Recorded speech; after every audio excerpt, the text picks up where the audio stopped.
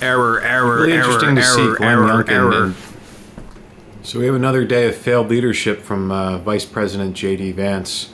Not only has he failed to handle the ICE situation in Minnesota, there's also issuances that he's botched strategies in Afghanistan and Iraq for reconnecting and securing the oil pipelines.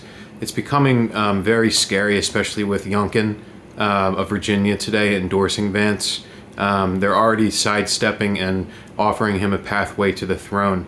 And I wonder if anyone's going to stand up and say, we need an alternative nominee, because Vance is just a creepy weirdo, entitled dude that wrote his whiny hillbilly elegy crap.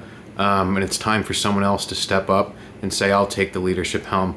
For God's sakes, I'll switch to the Conservative Party and run myself if no one else does it. Dude, what are you talking about? Vance is a great candidate, man.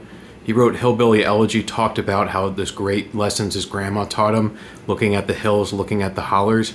He understands the opioid crisis. He understands the university situation. There it is. He wants to stand up to Russia, and he's a good segue between Vladimir Putin and Vladimir Zelensky.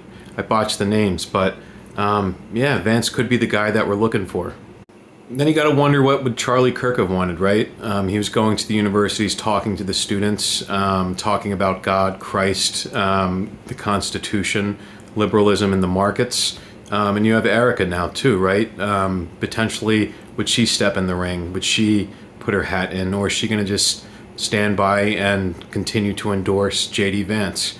Other contenders to think about, there's not many. I ask anyone, name one other male candidate other than Youngkin that could run against Vance. Come to think of it, maybe it's just time for the Democrats to really step up during the midterms and take the presidency. You got Ilhan Omar, who's proven to be a great leader in Minnesota, standing her ground, talking about the roots. You have AOC, right, who has New York City. She'd have to definitely extend into the Rust Belt. You have Jasmine Crockett in Texas, so there's definitely hope for the Democrats.